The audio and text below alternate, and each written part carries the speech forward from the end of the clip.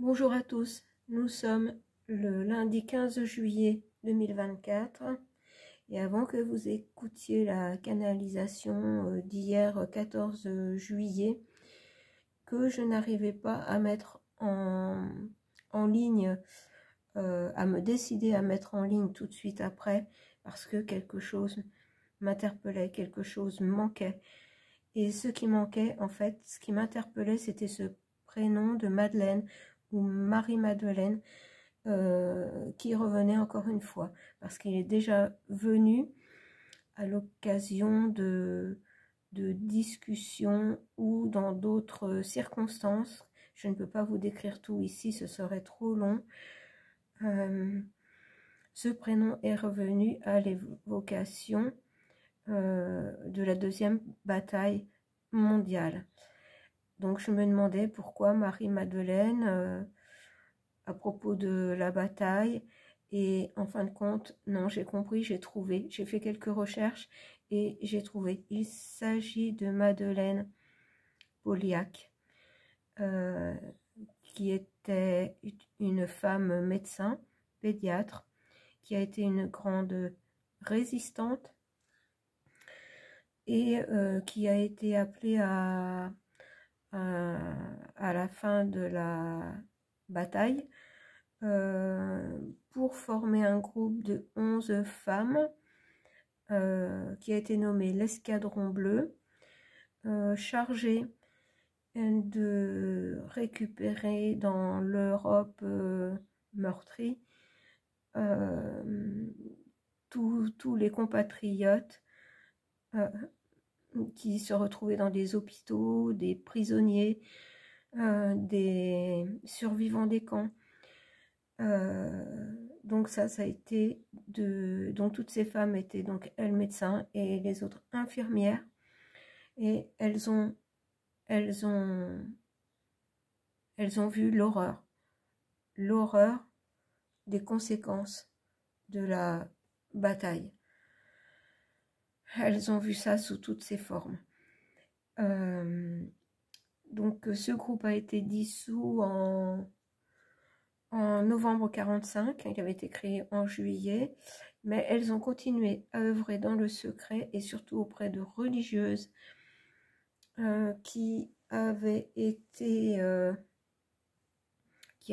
vais dire, abusées pour ne pas utiliser l'autre mot, en grand nombre, et qui pour beaucoup s'étaient retrouvées enceintes. Elles ont aidé ces religieuses à accoucher. Elles ont créé un orphelinat pour pouvoir par la suite faire adopter aussi les enfants. Madeleine Poliac est décédée à la fin de sa mission, pratiquement à la fin de sa mission auprès de ces religieuses et de cet orphelinat. Elle est décédée près de Varsovie le 13 février 1946. Et vu les paroles qui ont été prononcées après l'évocation de son nom, vous verrez que ça prend tout son sens. Et que les femmes, dans cette période mouvementée, ont leur importance. Je dirais même une importance capitale.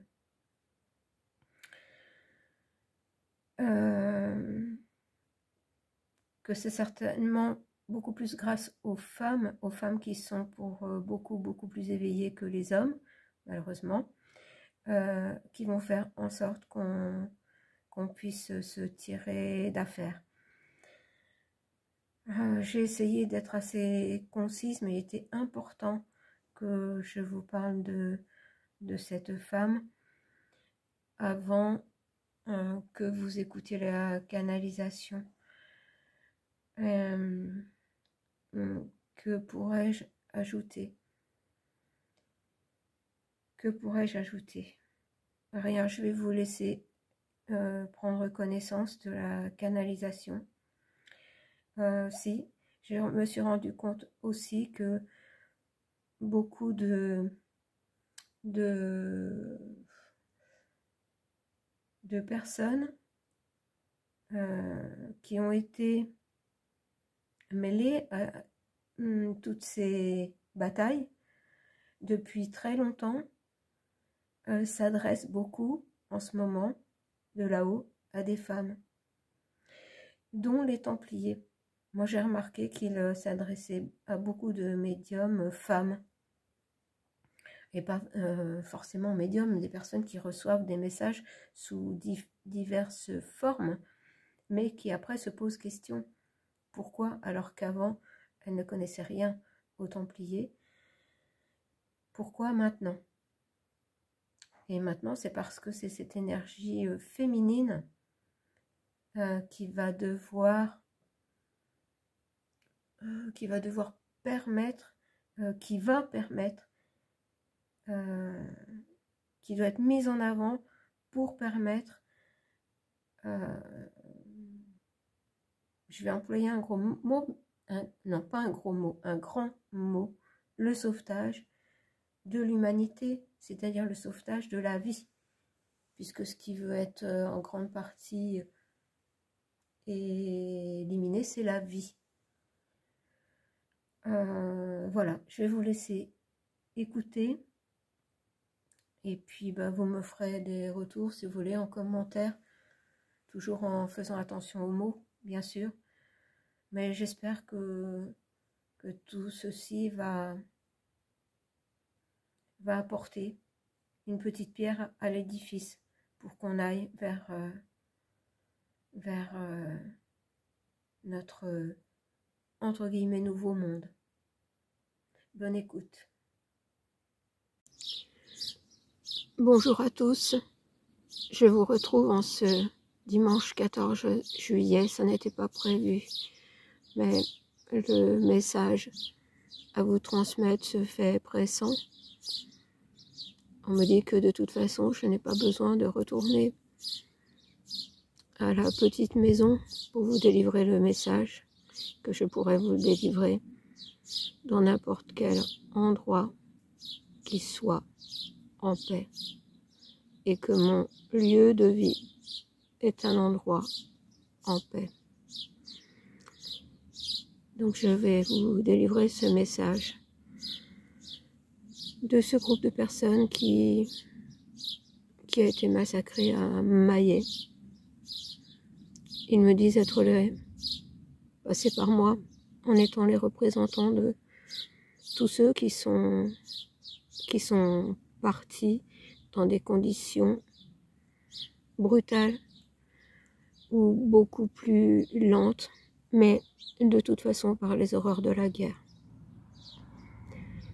Et en fermant les yeux, je vois une femme devant une petite maison, une maman tenant un enfant jeune dans les bras, peut-être 1 an à peu près, et 2 autres enfants, un de chaque côté d'elle, des enfants entre 6 ans, 8 ans, peut-être 10 ans maximum.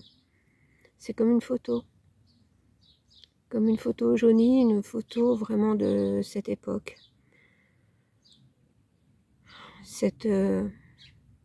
L'ambiance qui se dégage est une ambiance de calme, de vie simple, au calme.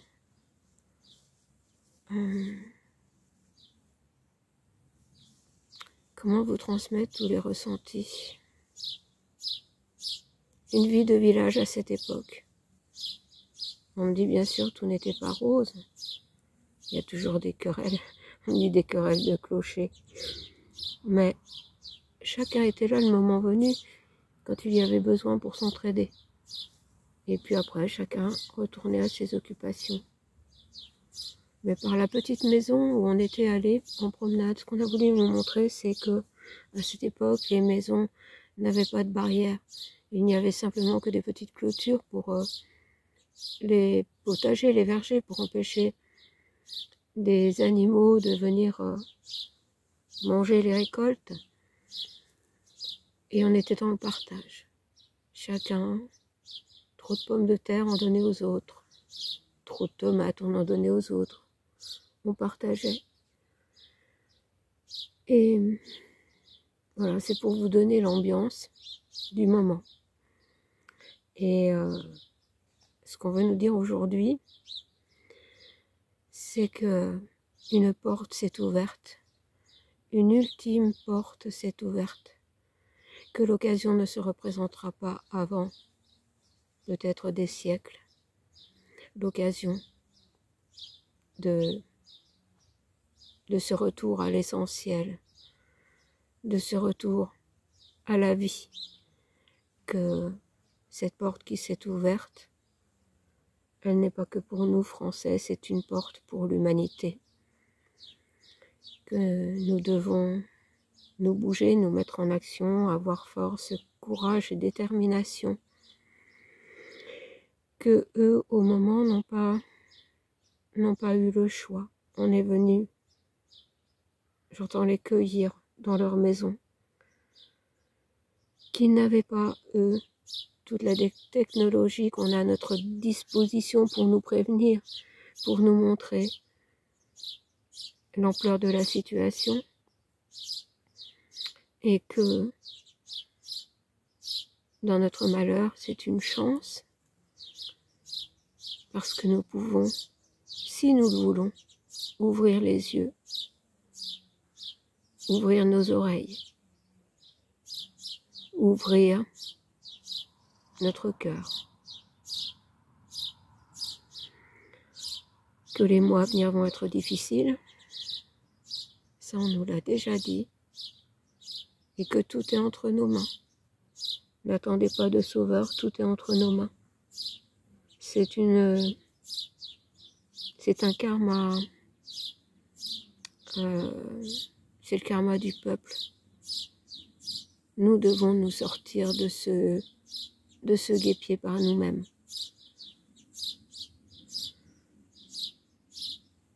Alors je prends un moment parce qu'il faut que je ferme les yeux, que je revoie ces images. Oui, c'est ça. On nous dit de revenir à l'essentiel, d'être fort, d'être courageux, d'assumer nos convictions, ne pas écouter tous ces messages de peur. Mais il va falloir s'affirmer, de toute façon, que c'est la vie qui est en jeu, que même si ça n'est pas de la même façon, ils veulent alors je ne sais pas si je peux dire le mot, nous éradiquer, hein, comme dans les camps, que c'est plus sournois, plus lent, mais que ça nous donne le temps justement de nous réveiller.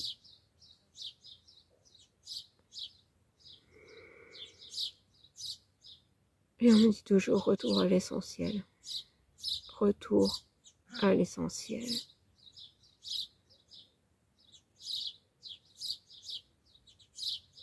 Et que surtout, on reprenne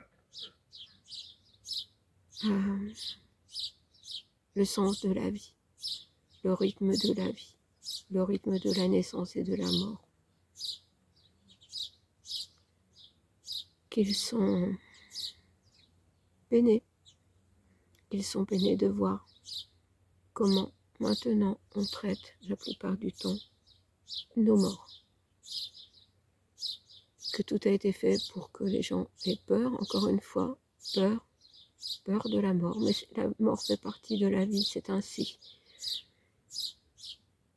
Et que on n'accompagne plus ceux qui s'approchent du seuil, et qu'on ne les accompagne plus non plus après. Alors on dit bien qu'on ne parle pas pour la majorité des gens, enfin pour tout le monde, mais que beaucoup de gens fonctionnent comme ça maintenant. Les gens se retrouvent dans une chambre d'hôpital, seuls, et après, j'entends dans un frigo, et que c'est vraiment très difficile pour le passage. Voilà, et on entend cette tourterelle. On peut y voir la colombe de la paix. Faire la paix en soi pour retrouver ses esprits. Qu'ils soient nombreux là-haut à compter sur nous. Qu'ils nous regardent et nous, non pas observent, mais quand même. Et là, ils attendent avec impatience le réveil, que depuis longtemps beaucoup de gens sont endormis et qu'il faut absolument qu'un maximum de gens se réveillent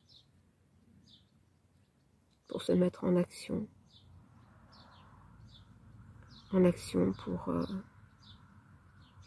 pour le respect de la vie. Et à nouveau, j'ai cette image de cette femme avec ses enfants.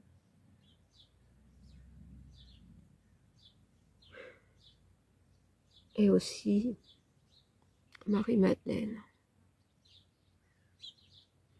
Je pense que, je ressens que beaucoup de choses vont passer par les femmes. Beaucoup plus de femmes que d'hommes ont compris ce qui se passe et vont se battre.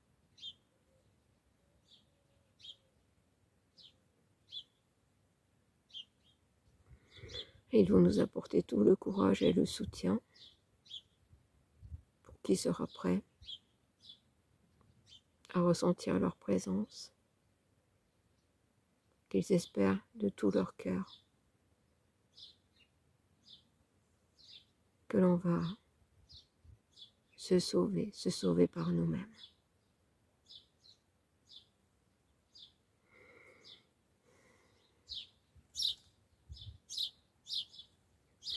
Voilà, c'est terminé. Il faut un moment pour revenir à moi. Je pense que tout est dit. J'entends encore le moment est crucial. Le moment est crucial.